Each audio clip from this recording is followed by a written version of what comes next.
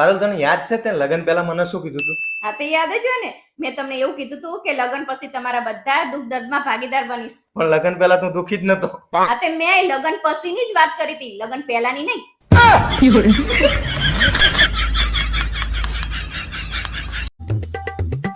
ઓય સાંભળો ને, હા તમે દુકાને જાઓ, મને રવો લઈ આવી દો ને.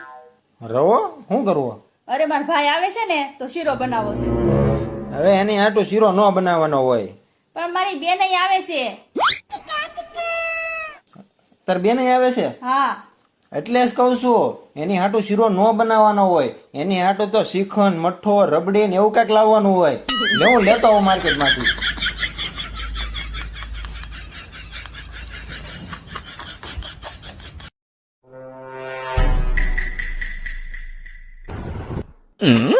આવું છે તપેલી છે.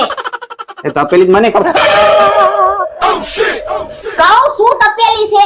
પણ તો એમ કે તપેલી ગરમ છે, તપેલી તપેલી કરતી. ભાઈ જાય આ ભાઈ. કંઈક તો મજબૂરી રહી છે આ દુનિયાની સાહેબ. નકર કૃષ્ણ ભગવાન જેલમાં, રામ ભગવાન વનમાં અને અમે અહીંયા સાસરામાં.